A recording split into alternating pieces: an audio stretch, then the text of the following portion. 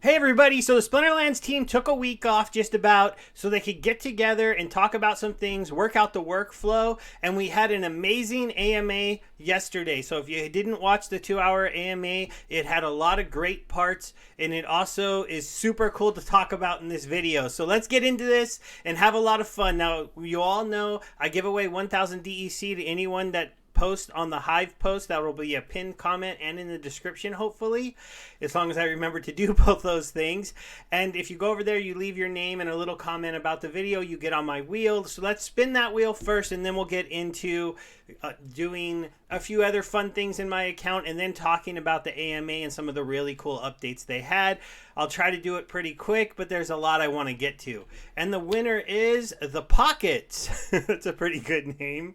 I wonder what his blog is like. Does he talk a lot about pockets? What do you think? So we'll jump into my account here. We'll send out that 1,000 DEC. Again, you do have to give me your in-game name so I can send it live. If it doesn't, I'll try to reach out to you, but hasn't really been an issue. Usually if it doesn't work, it's because I messed up their name, not because they didn't give it to me. So we'll let that go through. And then we're going to do something a little bit fun for some of you players who aren't in guilds or maybe don't have enough merits yet. During our last brawl, I got enough points to go ahead and pick up 3 cases. Normally, I'd say you never open packs without potions, but we can't even buy these potions yet. So for now, I am opening my packs, mostly because to stay competitive in the fray leagues I am at, you need the gladiator cards, and if you have the gladiator cards leveled up, you'll do even better. So we're going to do a little open multiple here of 3, and we'll see if I get lucky. And maybe we'll go ahead and show off a couple of the gladiator cards that are out there so you have an idea of what they are, and you can get into these. Ooh, it's good to see an epic right away. If you just have a guild and you level it up just to a couple levels, you can go ahead and compete and earn these cards. The nice thing about these cards is they do give you collection power, so it's another way to get free cards for collection power. They are burnable for DEC, but they're not sellable, so you don't see some amazing cool card. And obviously at some point, maybe a year from now, right now at how slowly we get these, but at some point, if you have them all maxed out, they just become cards that you can burn into DEC, so it's extra rewards for playing the game. So we're going to start out here with the Turpin Falloway. He's a pretty cool epic card. I've got one of him, so that'll help me get closer to leveling him up. Right here, you got kind of an interesting card as a gladiator. This one doesn't get good until upper levels, so you got to keep pulling those. Let's see if this card's actually pretty good right away. You got a shielded tank here for the water team that has, I sometimes forget the teams on these because as you can see, so the death team is purple, so I pulled 2 really good death cards. Life is green, but see this blue's kind of a teal blue behind her, but that is the water team, and this kind of almost even lighter blue is actually, I think, the life team. You can see the silver down here. Oh, we got another rare. This is a really nice card. I like magic snipers a lot because back row monsters tend to not have magic reflect too often. This is an interesting card because anything that boosts speed is nice, and he has a lot of HP for cost. Like I say, for a non-attacking monster right off the bat, this one looks better than this one. But, you know, you have to be able to open your mind into all of the different cards. This card's nice because the Earth team has a couple other sneak cards in the new set, so that's a nice one to pull. We're really hoping to see another rare or legendary. That would mean I got lucky in my pack and got at least 1 pack with 2 rares or 2 epics. Oh, we got another rare, so that's not a bad set of... Ooh, another rare. So that's not bad at all. And then we got another common. As you can see, this one's pretty interesting. Life-leeching monsters are always kind of interesting and absolutely spectacular for equalizer rule sets. So that was just something I did I thought would be pretty fun. We'll go ahead and move on now to talking about the AMA. Oops, I forgot to have it up, but we're not gonna do this over because it would just be too much work. I forgot to we have to go to users. For some reason they don't like to come up until I do it a second time. Mistake. All right, so we'll get into the town hall summary. I like to just have the summary here when I go over it with you so I can reference some of the pictures that they showed us and what the really big news was. So I'd say there were two really big things I want to talk about that came out of this, and a few other small things that were pretty cool. So the biggest one that even a lot of you who don't watch pay that much attention to these is going to be this one here, Waka Spiritblande. And why is Waka Spiritblande so special? You see, oh, did they release one of the legendary airdrop cards? No, this is a legendary promotional summoner that they are adding to the game for the Death team. He's a 3-cost summoner that gives your whole team poison. That almost seems broken and outrageous. I can't wait to get my hands on this card, but how do you get your hands on this card? Well, you have to have a lot of vouchers, especially if you want to max out one. They said there was going to be a limited amount of these released, only 1,000 of them. So you need, but they're all going to be max level. So it's 1,000 max level that are going to be sold. So this might be the cheapest way to get a max level legendary summoner. It might be the most expensive way because vouchers are required. So what they've told us is it's the first of many promotional cards that may get added to the game for teams that, you know, probably need a little help. I feel like the Death team is considered a little weaker at the upper leagues, and Thaddeus has helped that, but Waka could totally change that up even more. The big thing also about this, if you don't know why this card is called Waka Spiritblande, is because this is a promotional thing they did with a rapper named Waka Flocka. I hadn't really heard of Waka Flocka. I'm not a big person that listens to a lot of rap, but definitely I'll go out and learn a little bit about him because now I know he's a major player in the NFT world. He has a wakaflocka.eth address on his Twitter. He talks about Twitter, about crypto things all over his timeline. As you can see, him going over stuff here and just a lot of stuff about Ethereum, but about NFTs is what it really is. Here's some Bored Ape stuff. And so to imagine that now he's going to be launching an NFT within our game. Our game is still considered one of the top, if not top game on DApp radar. So eventually he's going to talk about this, probably closer to when it actually launches. The Splinterlands team broke the news first as opposed to him, but when he go ahead and tweets out, check out my new Splinterlands summoner that's coming out, it's going to go out to 1.8 million followers. He also tends to get a decent amount of engagement on his Twitter, and I imagine he gets a decent amount of engagement on any NFT he looks at. Then they're going to look at something with a limited release where you can only get 1,000 of them, and we could have collectors and fans of his coming in and competing with us to get this card. Now, how do you get this card? So we'll go back over here and we'll show one of the other leaked items before we scroll back up. This is the new drop screen that they created that they're going to be adding to the thing. It'll be a special tab on the launch pad. It'll say that the drop starts at this time. It costs this many vouchers and this much SPS to get this card. And so these are both things that are very, very bullish for the price of vouchers and the prices of SPS, because they said you will need thousands of SPS to buy one, and you will need probably some amount of vouchers. Could be hundreds of vouchers, could be 10 or 20 or 30 vouchers. I don't really know yet. They haven't let us know, and we should find out more before it comes out. But what did that do for the price of vouchers? Well, it took them up from $1 to $2, so doubled the price. I was lucky that I just wasn't paying attention to vouchers. I didn't see any reason to sell them at $1. I knew that they should have a value closer to $2 or $3, I said in the past. But now, all of a sudden, knowing that these promotional cards are going to be dropping quite frequently, we're going to get the first big feel of how many vouchers you need for one of these promotional cards. Then we have to know that the team, I told you, they would drive value back into the vouchers, because vouchers are how they were rewarding people who are investing in the game. How do you get more vouchers? You have more collection power. I mean, you have more collection power to get more SPS for free right now, and then you stake all that SPS, or you buy a ton of SPS and stake it. Those are the only real ways to do this. So you're either an old school player who's not dumping your SPS, or you're a new player who invested a lot of money into SPS. So this should be bullish for both of those tokens. We'll take a quick look at SPS. and it is up a tiny bit, up to 14 cents. That's up from, I think it was bottoming out around 11 cents recently, and I think that that will take a little bit less time to move. Obviously, vouchers move immediately because this drop is imminent, and they know that they're going to need vouchers, so some of the people that want that card went out and got it, and then some of the people who now understand this will start to probably accumulate SPS and stake it. I still think that as long as the game is going to require SPS and vouchers for all of eternity, you're going to get those based on your SPS stake. It makes sense to build up an SPS stake if you're someone who's able to do it. And they just proved it out in this. One of the other things we got to learn about that was really cool is that the Imagine Dragons marketing promo went off, where we have some intro videos about Splinterlands playing on their video screen before the concerts, and there was talk about making an Imagine Dragons card that would be introed into the game. This kind of marketing push is absolutely amazing to me, because NFTs are very mainstream in the celebrity place, but they're all into just PFP NFTs. They don't understand the concept of game NFTs as much.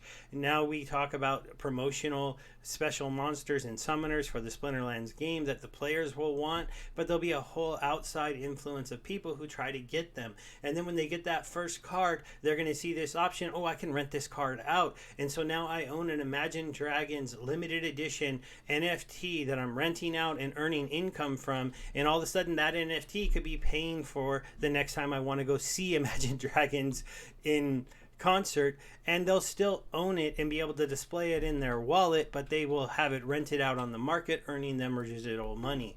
I can see this kind of world going forward, definitely for the Waka fans that get his.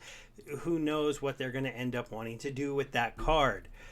We also got this promotional poster that you can get made. If you're somebody who has some places that you could think about putting this poster up, you can talk to the team about getting them to make you one with this barcode being a referral link to your account.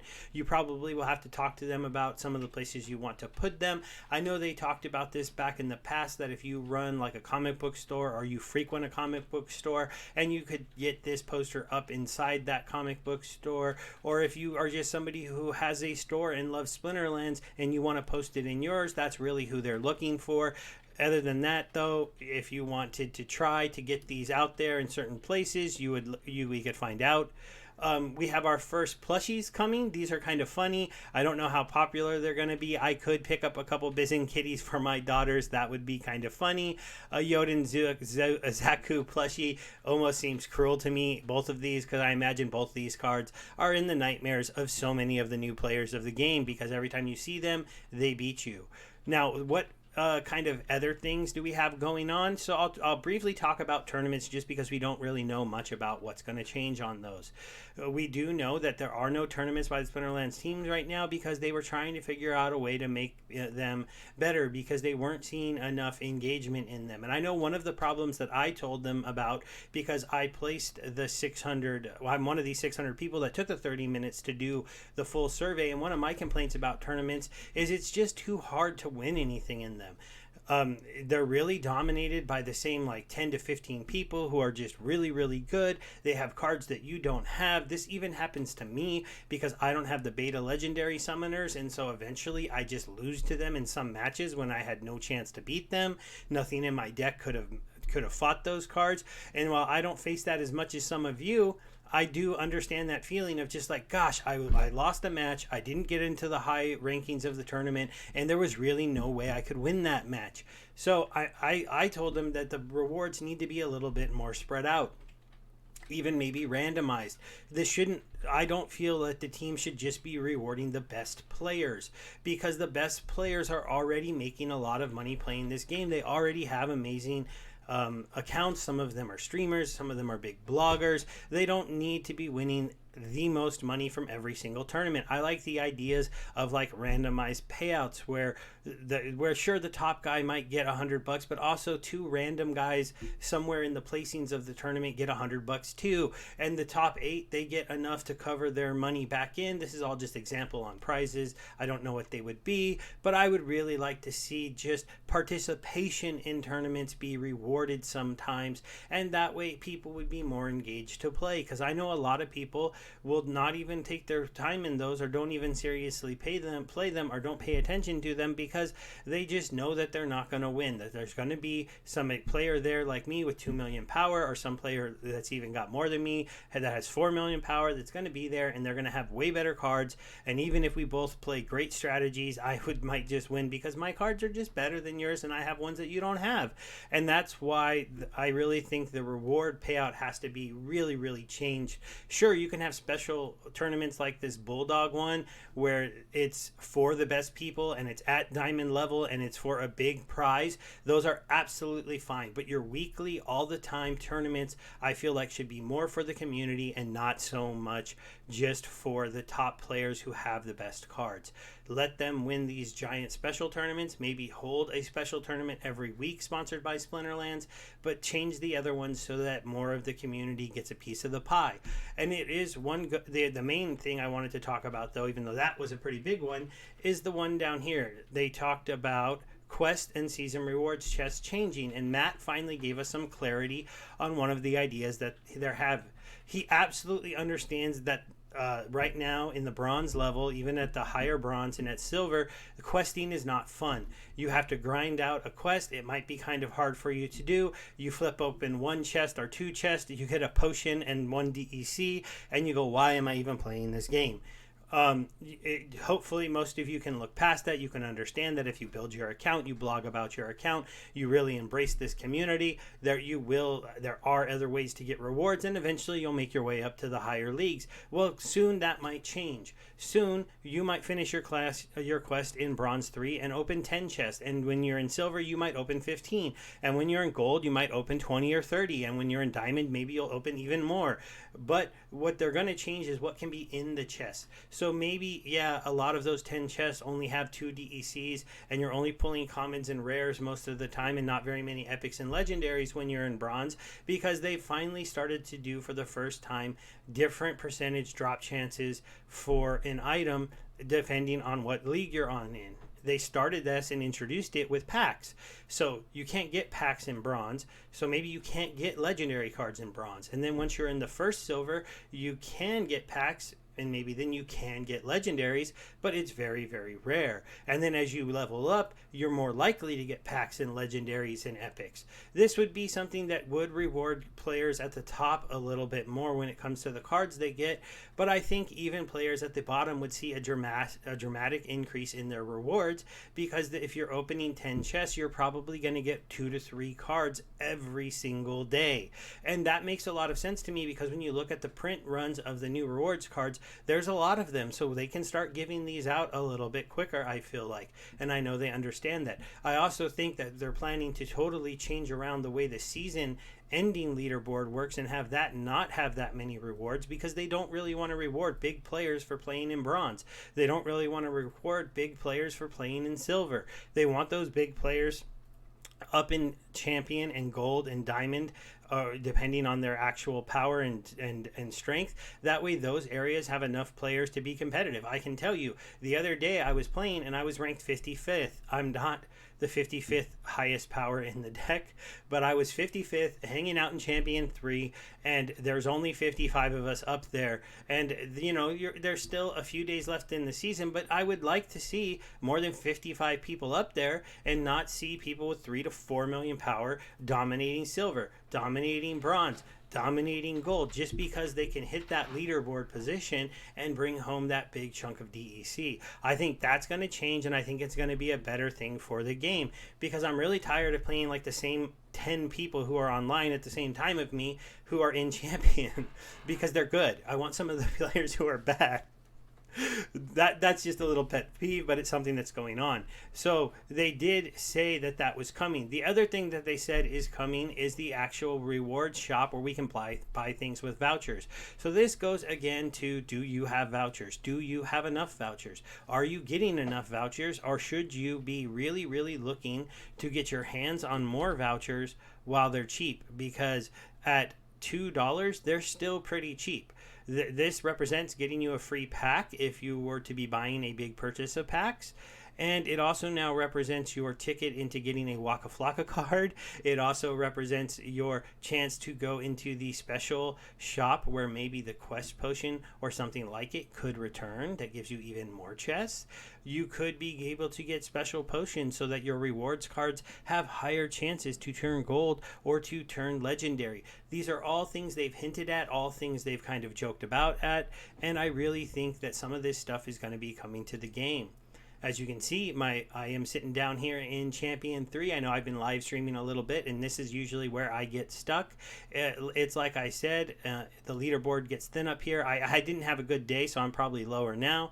117. It's still not that great when you only have 120 people in Champion 3, because you have to remember people are all over the world. This is a worldwide game. So when I'm playing, there's only about 3 to 4 people. I'll tell you what this does to me that makes it kind of frustrating and why I want more people up here. When I play a match, I'm going to get matched up with people of lower rating than me. And so then if they make a great team, because Diamond players are still using maxed cards just like Champion players, so they're just someone who didn't play enough, whatever. So they're sitting there at 3,400. They have it just as good cards as me. So I make a mistake. They beat me. I lose 40 points.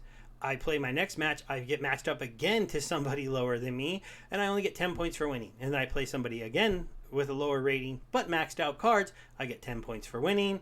Then I play again, and I get 30 points for losing. And it's an absolute nightmare until I finally get matched up with one of these guys way above me. And because in the right rule set, we both have maxed out cards, I beat them. And then I finally do the same thing to them that was happening to me and knock them for 40 points. And I don't think that that makes these top leagues very fun. The point of that is most of us Champion League players, we play to get to where we can get at the end of the season, and we stop. Bulldog has said that he just stops and rents out his deck. Like right now, I'm sitting here at just barely in Champion 3 with 4 days to go. I could rent out all my legendary cards for 3 or 4 days, make a decent amount of money, and then just go ahead and cancel those rentals and then start up next season and collect my 80 chests. Or I can play a very frustrating amount of matches over the next 4 days to try to get the Champion 2. Probably won't do it. And if I mess up, I might get knocked down into Diamond. And my reward right now is too, I'd be giving up 4 quests at this point, so I probably wouldn't do it now. But if I'm at this same place in about 3 days and I'm only maybe down here, I'm just not going to play anymore. And so that's something they need to fix, because you don't want your Champion players all just signing off unless they're trying to, these players who are competing for the top of the leaderboard, because obviously they're going to be watching. If they get knocked down too low, they're going to come in and try to go back up. So this is stuff that's going on. They're revamping these things. They're changing these things. They're trying to fix these theoretical problems. I don't want to complain too much about this, because obviously I have a good collection. I'm in Champion. I'm earning a lot of rewards. So I don't want to complain, especially to the players that are, really fighting at the beginning of the game and trying to just get in it. One of the last things I wanted to show you, everybody, is that if you haven't seen me yet, a lot of you are subscribed to both me and Luke. I'm going to be on his channel again tomorrow afternoon during the 3 o'clock hour. You're not supposed to know that, but the few that watch my videos can. And we're going to be hanging out again to finish up his specials and sports tournament.